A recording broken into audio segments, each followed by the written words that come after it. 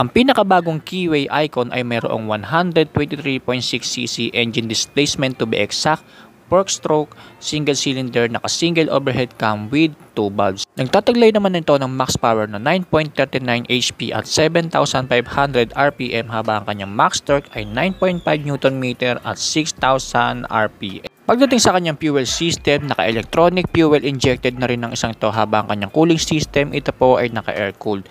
As for the starting system, pinapagana ito ng combined electric at kickstart. Pagdating naman sa kanyang driving system, naka-B-matic continuous variable transmission po ito or CVT. As for the suspension, sa harapan ito ay gumagamit ng telescopic fork habang naka-single shock absorber naman ito sa likuran. For the braking system, sa harapan ito ay naka-single hydraulic disc habang naka-mechanical drum brake naman ito pagdating sa likuran. Para naman sa kanyang dimensions, meron itong overall length na 1,905mm, overall width na 650mm at overall height na 1,115mm.